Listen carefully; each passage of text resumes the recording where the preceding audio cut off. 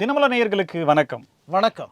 அதிமுகன்ற போர்டை எடுத்துட்டு அதிமுக தாவேகா இணைப்பு அப்படின்ற மாதிரி ஒரு போர்டு மாட்டிலாமான்ற மாதிரி கேட்டிருக்காங்க. வாரத்தில் ஒரு நாள் ஒதுக்கி அன்னைக்கு வாங்கன்னு சொன்னா ஒரு நாள் எப்படியா பத்துன்னு சொல்லி வாரம் போறான்னு கேட்குறாங்க போல இருக்கு. நாளைக்கு சாரையா 5 முன்னாள் அமைச்சர்கள் 10 முன்னாள் சட்டமன்ற உறுப்பினர்கள் அப்படியே போய் அங்கே சேர போறாங்க போல. ஐயா என்னையா எல்லாருமே சாப்பாடு செஞ்சு வச்சிருக்கோம், சாப்பிட்றதுக்கு ஆள் இல்லையான்னு சொல்லி எல்லாம் சொன்னா துரோகிகள் வெளியேறுகிறார்கள், தொண்டர்கள் மகிழ்ச்சியை வென்றிருக்கார். யாரு? இன்னைக்கு மகளிர் அணியினுடைய அந்த கூட்டத்தில் அதிமுகவினுடைய பொதுச் செயலர் எடப்பாடி கே பழனிசாமி. விவரங்களை பார்க்கலாம். தாவேக்காவில் இருக்கக்கூடிய அமைச்சர்கள் மேல நிறைய குற்றச்சாட்டுகள் வந்துகிட்டே இருக்கு அப்படிங்கிறதுனால இதை எப்படியாவது சரி பண்ணியே ஆகணுமே அப்படின்னு ஒரு பக்கம் விஜய் யோசிக்கும் பொழுது நிறைய பேர் வந்துகிட்டே இருக்காங்கல்ல, அதில் யாராவது அமைச்சர் பதவி கொடுக்கலாமே அப்படின்ற மாதிரி பேச்சு அடிபடுது. ஸோ எந்த அமைச்சருடைய பதவி இப்போ பறிபோக போகுது அப்படிங்கிறத பார்க்கலாம். தன் மீது பிராது வந்திருக்கும் நிலையில் நான் அப்பழுக்கற்ற கவரிமான் வம்சாவளியை சார்ந்தவன் என்பதை நிரூபித்திற்காக இன்று விசாரணைக்காக ஆஜராகி இருக்கிறார் முன்னாள் அமைச்சர் சிவசங்கர். அனிதா ராதாகிருஷ்ணன் அவர்கள் அந்த கூட்டத்திலே முன்னாள் முதலமைச்சர் கருணாநிதி அவர்களுடைய பிறந்தநாள் விழா கூட்டத்திலே பேசிய பேச்சு அது முதலமைச்சரை சார்ந்திருப்பதால் அவர் மேல் வழக்கு தொடுக்கப்பட்டு கைது செய்யப்படுவோமோ என்கின்ற பயத்தில் முன்ஜாமீன் கோரியிருக்கிறார். விவரங்களை பார்க்கலாம். என் நகையை ஏமாத்திட்டாருங்க, என்னோட பணத்தை ஏமாத்திட்டாருங்க, 26 லட்சங்க, எல்லாம் போச்சுங்க, இதை கண்டுபிடிச்சி எப்படியாவது மீட்டு கொடுங்க அப்படின்னு திருச்சி சிவாவுடைய மகள் மீதும் மருமகன் மீதும் சென்னை அயனாவரத்தை சேர்ந்த ஒரு நபர், ஒரு டாக்டர் புகார் அளித்திருக்கிறார். விவரங்களை பார்க்கலாம். முன்னாள் முதலமைச்சர் மு.க. ஸ்டாலின் 6 மாசத்துக்குள்ள எலெக்ஷன் கண்டி வரல, ஏன் ஒரு பக்கம் அப்படின்லாம் சொல்லலை, எலெக்ஷன் வருன்ற மாதிரி நம்பிக்கை தெரிவித்தார்.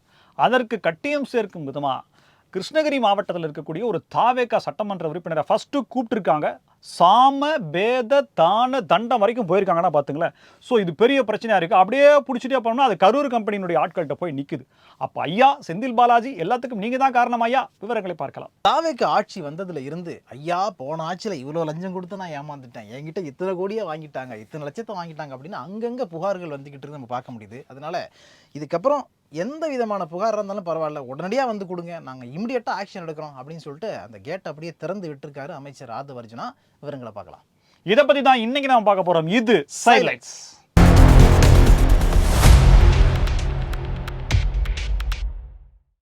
அதிமுகலேருந்து அப்படியே சாரையாக போய் தாவேக்காவில் இணையிறாங்க. அப்படி என்னதான்ப்பா இருக்குது அங்கே? எம்ஜிஆர் ஆரம்பித்த கட்சி, ரெட்டைகள்ல சின்னம், முன்னாள் முதலமைச்சர் ஜெயலலிதா அவர்கள் வளர்த்தெடுத்த கட்சியில் ஏப்பா இருக்க மாட்டேங்கிறீங்க? ஒரு தடவை தோற்றதுக்கு இப்படியா? ஒரு தடவையா? இது 13வது தோல்வி அப்படின்ற மாதிரி கேட்டிருக்காங்க. ஸோ இங்கே இனிமேல் நமக்கு எதிர்காலம் இல்லை அப்படின்னு அதிமுகவிலிருந்து அவங்கள எப்படியாவது வெளியில் தள்ளணும்னு நினைச்சா கூட போகாதவங்கலாம் இன்னைக்கு பல கேஸுகளோட அப்படியே தாவேகா பக்கம் போறாங்க. அதிமுக அது எங்க இருக்கு? தூத்துக்குடி பக்கம், திருநெல்வேலி பக்கம் இருக்குன்ற மாதிரி எல்லாம். இதுல வேற ஐயா இவங்களை சேர்த்துக்காதீங்க, இவங்க மேல ஏகப்பட்ட கேஸ் இருக்குன்னு சொல்லி தாவேகாலையும் சொல்றாங்களாமா. யாரு? நம்ம குட்கா ஆசாமி அவர்களை தான் அவர் வேற சொல்றாங்க போல இருக்கு. ஸோ எம்ஆர் விஜயபாஸ்கர் ஏற்கனவே பதவி ராஜினாமா பண்ணிட்டார். ஸோ சி விஜயபாஸ்கர் அதுக்கு முன்னாடி ராஜினாமா அப்படின்ற மாதிரி இருக்குது. ஸோ அப்படி இருக்கும்போது அவங்கெல்லாம் தாவேக்கால போய் சேர்றாங்க. இதில் சி விஜயபாஸ்கர் நான் விஜய் தலைமையில் தான் போய் சேரு அப்படின்னு சொல்லி ரொம்ப ஒத்த காலினாரு. ஐயா ரொம்ப நிற்காதீங்க, நான் வெரிகோஸ் வெயின் வந்துறியா அப்படின்ற மாதிரி சொன்னாங்களே என்னமோ தெரியல.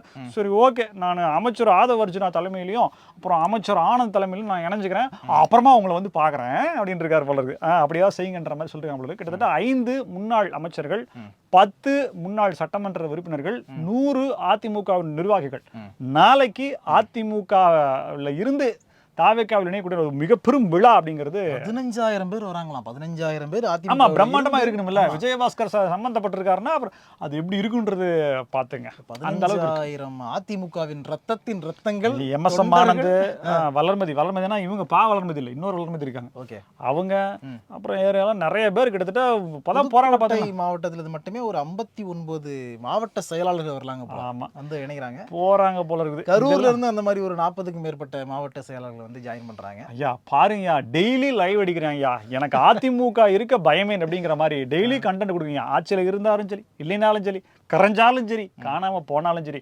கண்டென்ட்டுக்கு இங்கே அதிமுக வாழ்க்கைன்னு சொல்லிட்டு சேட்டலைட் சேனல்லாம் அப்படியே கையெடுத்து கும்பிடுற அளவுக்கு டெய்லி கண்டென்ட் பிரேக்கிங் நியூஸாக வந்துட்டே இருக்குது அப்படின்ற மாதிரி அவங்களாம் கேட்டு பாருங்க எப்படி போறாங்க அப்படின்னு சொல்லிட்டு இந்த மகளிர் அன்னைக்கு வந்து கூட்டம் நடத்திருக்காங்க.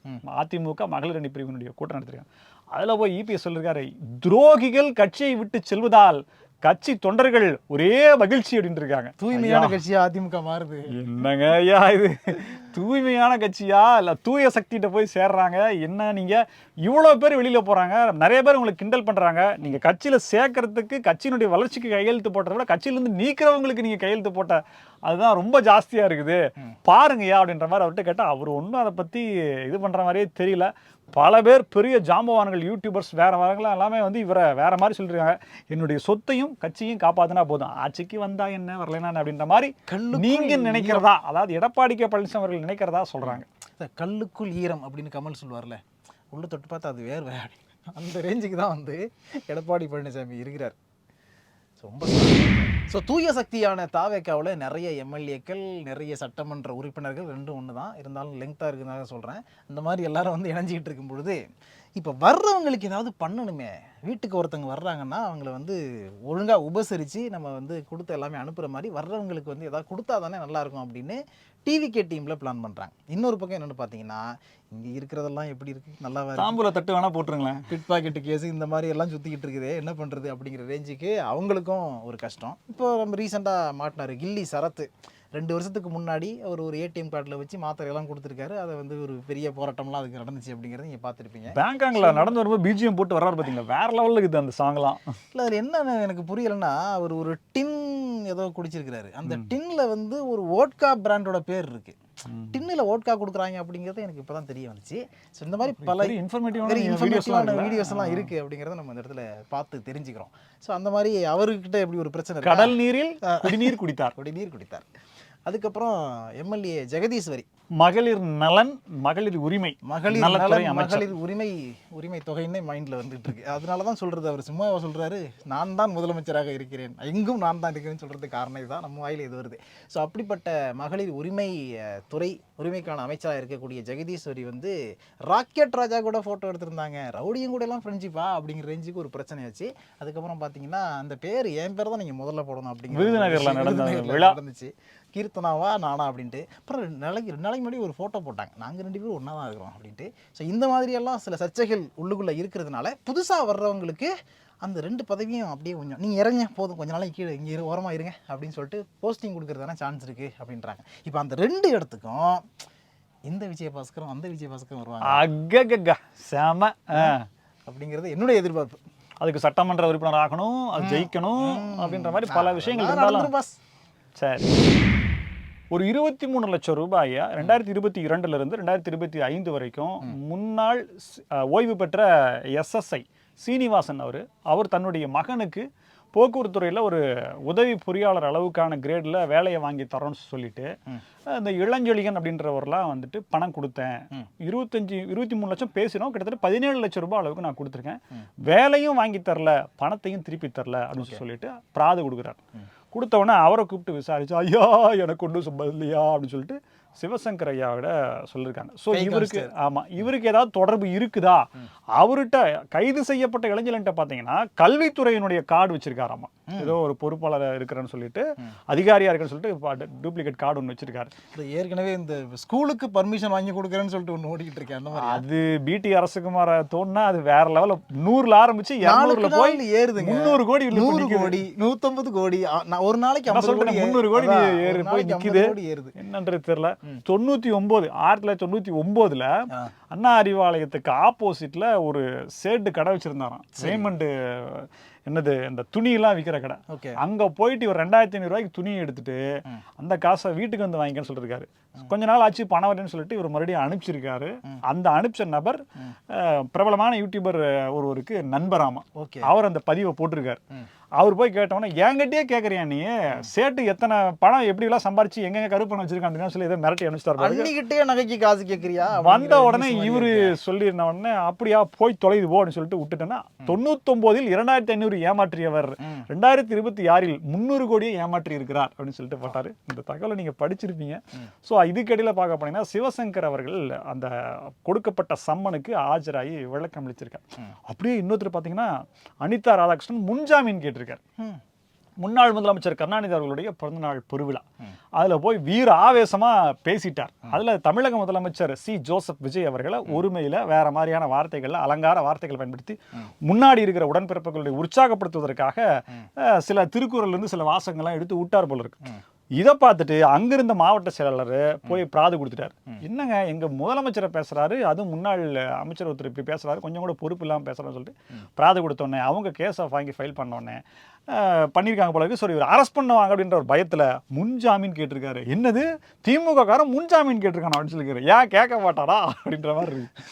நான் அவர் பயந்துட்டியா குமார் அப்படின்ற மாதிரிலாம் மீம்ஸ் போட்டு வேற மாதிரி பண்ணிட்டு இருக்காங்க. தாய்மாம வாரா ஆண்டி அந்த பாட்டுக்கு அப்புறம் முன்ஜாமீன் கேட்டு இப்போ வாரா ரெடி அப்படின்ற மாதிரி சொல்லிருக்காங்க. கிடைக்குமா, கோர்ட்டு கொடுக்குமா, பார்த்தா தான் தெரியும். சென்னை அயனாவரத்தை சேர்ந்த ஹோமியோபதி மருத்துவர் விலாசினி, இவங்க பேர் விலாசினி, அவங்க ஒரு போலீஸில் ஒரு புகார் அளிச்சிருக்காங்க. திருச்சி சிவா இருக்கார் இல்லையா, திருச்சி சிவாவுடைய மருமகனும் மகளும் சேர்ந்து 26 லட்சம் ரூபாய் பணத்தையும் 10 பவுனுக்கும் மேலே நகையையும் எங்ககிட்ட வாங்கியிருந்தாங்க. அதை வந்து திருப்பி தரவே இல்லை, நீங்கள் தான் மீட்டு கொடுக்கணும் அப்படின்னு ஒரு புகார் அளிச்சிருக்காங்க. என்னங்க இது, அவர் எவ்வளோ பெரிய ஆளு, வெறும் 10 பவுனு 26 லட்சம் அப்படிங்கிறத பார்க்கறதுக்கு நல்லா இருக்கு. கொஞ்சம் சேர்த்து போடுங்க, எனக்காக போட்டால் ஏதாவது நல்லா இருக்குமே அப்படின்ற மாதிரி நமக்கு தோணும். ஆனால் இதில் என்ன ஒரு ட்விஸ்ட் அப்படின்னு பார்த்தீங்கன்னா, அந்த திருச்சி சிவாவுடைய மகள் காயத்ரி, அவங்க தான் அந்த புகாரில் பெயர் இருக்குது. அவங்களுக்கு வந்து அந்த காயத்ரியுடைய கணவர் முத்துக்குமார் அப்படிங்கிறவர் கூட இவங்களுக்கு வந்து 10 வருஷத்துக்கு முன்னாடியே பழக்கம் ஏற்பட்டுதான். 10 வருஷத்துக்கு முன்னாடி பழக்கம் ஏற்படும்போது இவங்க வந்து காங்கிரஸில் அப்போ இருந்திருக்கிறாங்க. காங்கிரஸில் இருந்து அந்த காலகட்டத்தில் வந்து பழக்கம் ஏற்படும் பொழுது ஏதோ அவசர தேவைக்காக பணம் வேணும் அப்படின்னு அவங்க கேட்டு இவங்க கொடுத்து, அது பல தவணைகள் அந்த டிரான்சாக்ஷன் நடந்து இன்றைக்கி இவ்வளோ தூரம் வந்து நிற்கிது. அதுக்கப்புறம் கொஞ்சம் பணத்தை திருப்பி கொடுத்துட்டாங்க, மறுபடி மீதி இருக்கிறத கொடுக்கவும் இல்லை, நகையும் கொடுக்கல அப்படிங்கிறதான் குற்றச்சாட்டு. சரி, இப்போ என்ன அப்படின்னு அதில் தேடி பார்த்தா 10 வருஷத்துக்கு முன்னாடி அப்படின்னு சொல்கிறாங்க இல்லையா, அப்போ அது 2015 2016 காலகட்டத்துக்கு போகுது. இப்போ 2026. இப்போ திருச்சி சிவாவுடைய மகள் காயத்ரிக்கும் அந்த முத்துக்குமார் அப்படிங்கிற நபருக்கும் 2023 தான் கல்யாணம் நடந்திருக்கு. இதைத்தான் நான் இங்கே கண்டுபிடிச்சிருக்கேன் அப்படின்ற மாதிரி.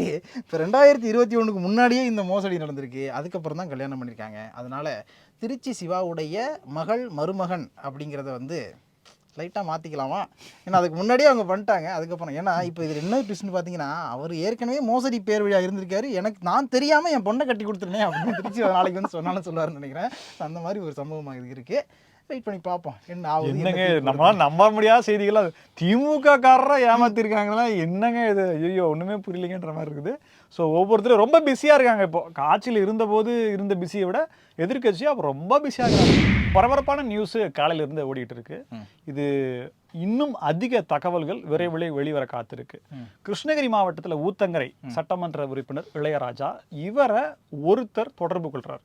என்னங்க சொந்த கட்சியில் இருக்கீங்க, நீங்கள் அமைச்சராக கூட ஆகலை, எந்த வாரியத்தில் அப்படின்ற மாதிரியும் இல்லை, நீங்கள் வந்து ஆளுங்கட்சியினுடைய சட்டமன்ற உறுப்பினராக இருந்தாலும் உங்களுக்கான முக்கியத்துவம் அப்படிங்கிறது இல்லையே, நீங்கள் கண்டி இந்த பக்கம் வந்தீங்கன்னா உங்களுக்கு அது கிடைக்கும் இது கிடைக்கும் எது வேணா கிடைக்கும் அப்படின்ற மாதிரி ஏதோ சொல்லியிருக்காங்க. கிட்டத்தட்ட 15 கோடி வார்த்தை கூறியிருக்கிறாரா? இதெல்லாம் வேற எதுக்கோ சொல்லுவாங்க, பலான மேட்டருக்கு. 15 கோடி ரூபாய் அளவுக்கான ஸ்வீட் பாக்ஸ்கள் அப்படின்ற மாதிரி பேசப்பட்டதாக தகவல் வெளியாகி இருக்கு. இவர் ஆரம்பத்தில் ஏதோ அப்படின்னு கேட்டவர், அதுக்கப்புறம் சுதாரிச்சுக்கிட்டாரு. ஏங்க அதெல்லாம் முடியாதுங்க என்னன்னு சொன்னேன். அதுக்கப்புறம் என்னன்னா சாம பேத தாண்ட தண்டாங்கிற மாதிரி பேச்சுவார்த்தை நடத்திக்கிட்டு இருந்தவங்க அப்புறமா பார்த்தா மிரட்ட ஆரம்பிச்சிட்டாங்க. ஓகே, இப்போ ஒருத்தர் வந்து வீட்டுக்கே வந்து எம்எல்ஏ வீட்டுக்கே வந்து பேசுறாரு. அதுக்கப்புறம் பார்த்தீங்கன்னா இவர் போய் கம்ப்ளைண்ட் கொடுக்குறாரு.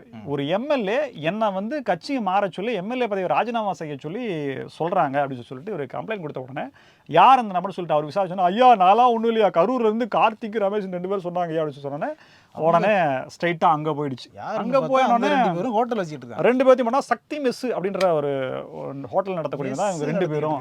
2 பேருமே திமுக நிர்வாகி. கரூர் கம்பெனியுடைய பிரதானமான 2 தூண்கள் அப்படின்ற மாதிரி சொன்னாங்க. சரி, அவங்க வீட்டில் போய் சோதனை போட்டா கட்டுக்கட்டா பணம் எடுக்கிறாங்க. எவ்வளோ எடுத்தாங்க, காந்தி தார் நோட்டா அப்படின்ற மாதிரிலாம் கேட்காதீங்க. பணம், அந்த பணம் எதுக்கு, அந்த பணத்தை தான் அந்த எம்எல்ஏ கொடுக்கறதுக்காக நீங்கள் வச்சிருந்தீங்களா அப்படின்ற மாதிரியான ஒரு விஷயத்தில் போகிறாங்க. இதுக்கு இப்போ அடுத்து பார்த்தீங்கன்னா நம்ம செந்தில் பாலாஜியினுடைய தம்பி பார்த்தீங்கன்னா அசோக் அவர் மாற்றாரு. அவர் எங்கன்னு பார்த்தீங்கன்னா அவர் தலைமுறை ஆகிட்டாருங்க. என்னங்க ஆளுங்கட்சியாக இருந்தாலும் தலைமுறை ஆயிடுறாரு, எதிர்கட்சியாக இருந்தாலும் தலைமுறை ஆயிடுறாரு, என்னதாங்க அப்படின்ற மாதிரி சொல்றதுக்கு. நேற்று ஒரு ரெய்டு போயிருக்காங்களாமா. அந்த ரெய்டில் பார்த்தீங்க அப்படின்னா டிவிஎஸ்சி தகவல் கொடுத்துட்டு போயிருக்குதான். மாற்றப்படுகிறாரா அருண் அப்படின்ற மாதிரி போட்டிருக்காங்க. அதில் எந்த அளவுக்கு உண்மை தகவல்ன்றது தெரில. இப்போதான் கொஞ்சம் கொஞ்சமாக தகவல் வந்துட்டு இருக்கிறனால விசுவாசம் கொஞ்சம் அந்த பக்கம் போகுது போல இருக்கு அப்படின்ற மாதிரி வந்திருக்கு.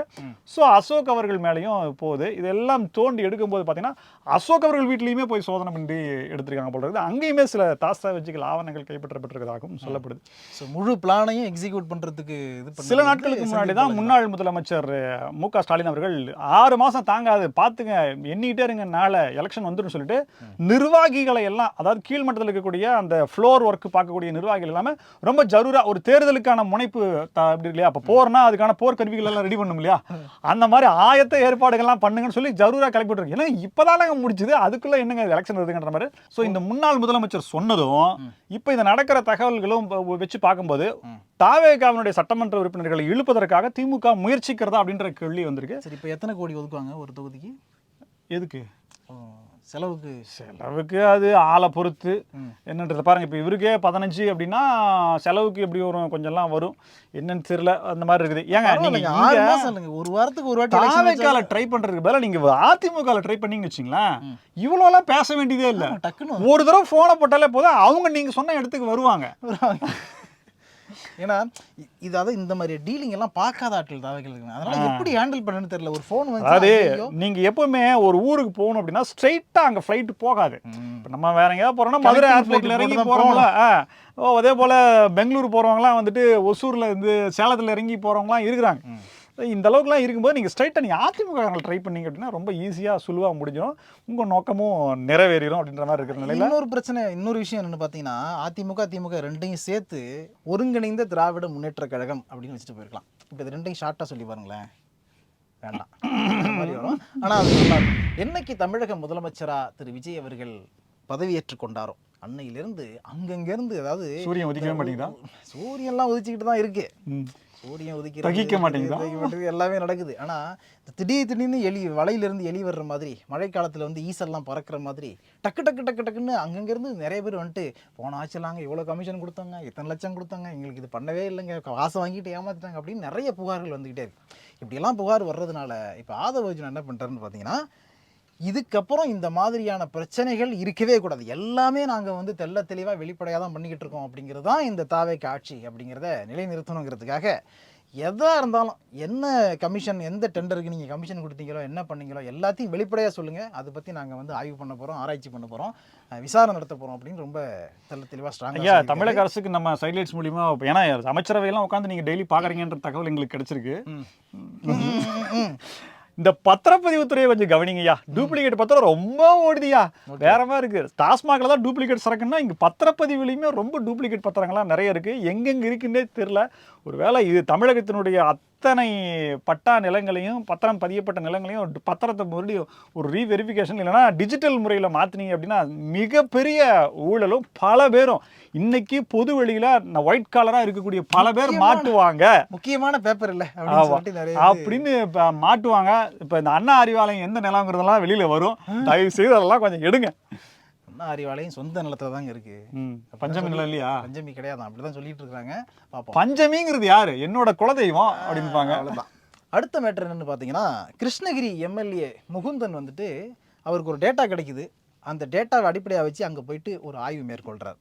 அந்த ஆய்வில் மல்பெரி இருக்கு இல்லையா, அங்கே வந்து ஒரு 500க்கும் மேற்பட்ட ஏக்கரில் மல்பெரி பயிரிட்டிருக்காங்க. அந்த மல்பெரியை வந்து பட்டுப்புழுவுக்கு கொடுக்கறதாக பட்டுப்புழுக்கு உணவே அதை கொடுக்கறதாக பயிரிட்டிருக்காங்க. ஸோ இதன் மூலமாக 340க்கும் மேற்பட்ட விவசாயிகள் பயனடைகிறார்கள் அப்படின்னு சொல்லிட்டு ஒரு டேட்டா வந்து அவர் கிடைச்சிருக்கு.